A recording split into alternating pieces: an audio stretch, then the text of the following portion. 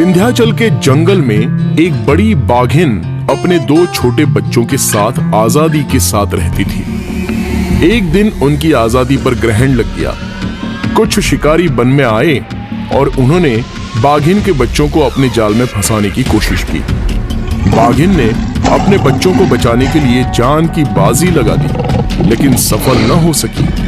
बाघिन ने अपनी जान गंवा दी और उसके एक बच्चे को शिकारी पकड़कर ले गए।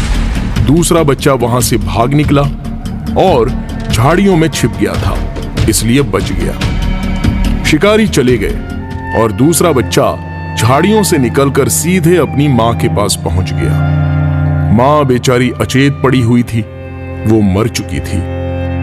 मां, शिकारी चले गए हैं, लेकिन मेरे भाई को भी ले गए। तुम जल्दी से उठ जाओ और भैया को शिकारियों से छुड़ा कर लेकर आओ। मुझे मेरा भैया चाहिए। मां, तुम कुछ बोल क्यों नहीं रही हो? आंखें खोलो मां। अरे, तुम्हारे शरीर से तो खून निकल रहा है। तुम्हारे ऊपर बहुत बड़ा गहरा वार कर दिया है। मैं बड़ा होकर उन्हें मार दूंगा। भगवान, मेरी मां को ठीक कर दो।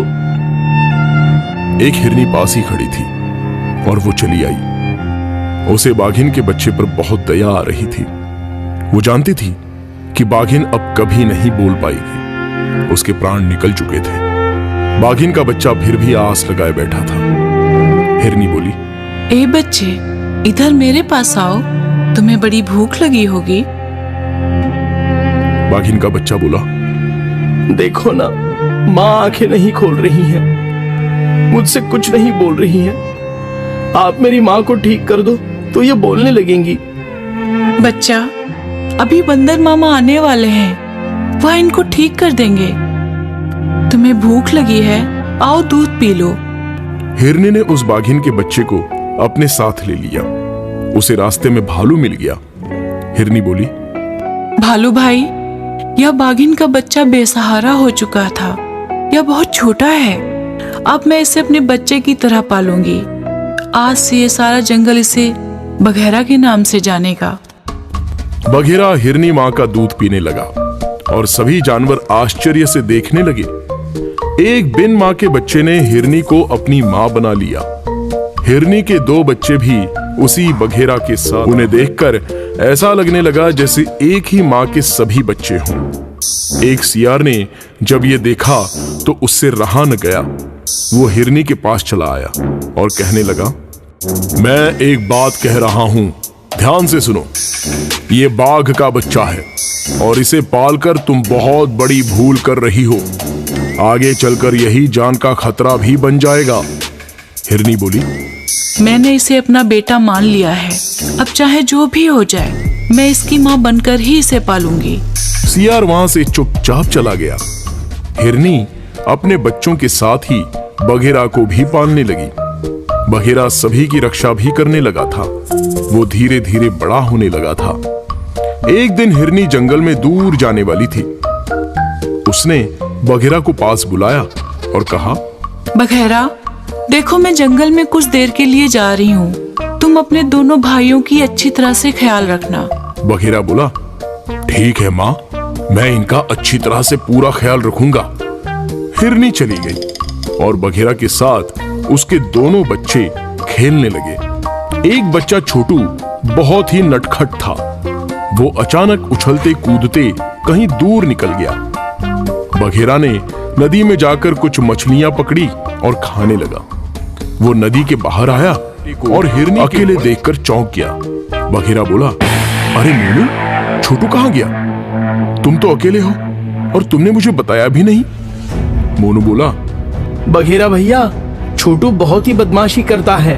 अभी यहीं था, अचानक गायब हो गया। उसने जाते समय मुझे बताया भी नहीं। चलो चलकर उसे ढूंढते हैं। बघेरा और मोनू मिलकर छोटू को ढूंढने निकल पड़े, लेकिन उसका कहीं भी पता नहीं चला। इतने में हिरनी वहां पर आ गई। उसने इन दोनों को देखकर छोटू के बारे में सवाल किया। ये दोनों बेचारे भी छोटू को ढूंढ ही रहे थे। हिरनी बोली, अरे, तुम दोनों के साथ छोटू था, कहाँ चला गया? बघेरा बोला, माँ, वो अचानक भागकर कहीं गायब हो गया। हम दोनों उसे ही ढूंढ रहे हैं। हिरनी बोली, बघेरा, मैंने उसे तुम्हारे भरोसे छोड़ा था और तुम उसका ध्यान नहीं रख सके? यह तुम्हारी सबसे बड़ी लापरवाही है। इतने में वहां पर सियार आ गया और उसने हिरनी को उल्टी पट्टी पढ़ानी शुरू कर दी। उसने हिरनी के मन में गहरी शंका डाल दी। हिरनी ने ध्यान से बघेरा का मुंह देखा तो मछलियां खाने के कारण खून लगा हुआ था।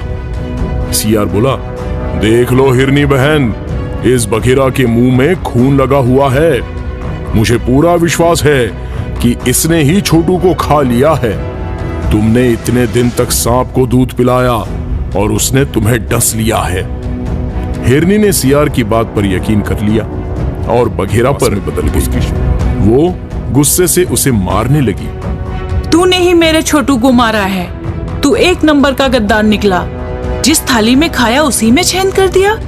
मैं तुझे मार डालूंगी। बघेरा बोला, माँ, मैंने अपने भाई छोटू को नहीं मारा है। मैं तो अपने दोनों भाइयों से बहुत प्यार करता हूँ।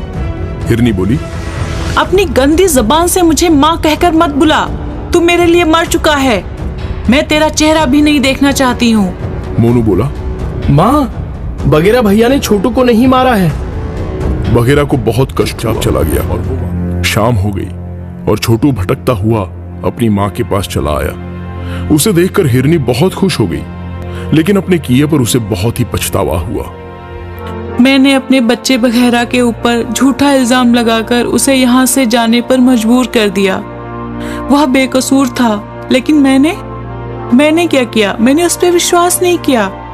मैंने अपनी जिंदगी की बहुत बड़ी भूल कर दी। अब मैं उसे ढूंढ कर लाऊंगी।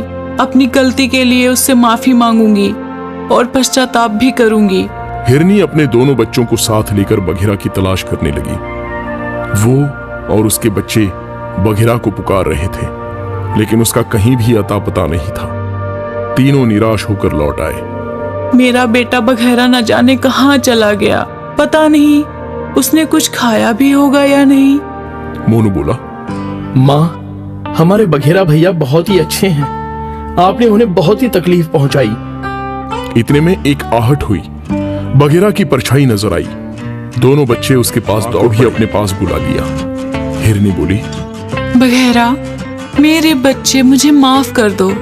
मैंने तुझ पर अविश्वास करके बहुत बड़ी भूल की। तूने कुछ खाया भी नहीं होगा। चल, मैं पहले तुझे खाना खिलाऊंगी। हाँ, कितना चेहरा उतर गया है। मुझे क्षमा कर दे बेटा। तो बघेरा बोला, माँ, आप बड़ी हो, मुझसे क्षमा मत मांगो। मुझे आपसे कोई गिला शिकवा नहीं है। मेरा छोटू वापस आ गया है। मुझे इस बात की बड़ी। छोटू, अब कभी भी ऐसा काम मत करना। हमसे बिना पूछे दूर मत जाना। बघेरा और दोनों बच्चे हिरनी से लिपट गए और उनकी आंखों में आनंद भरे आंसू बह रहे थे।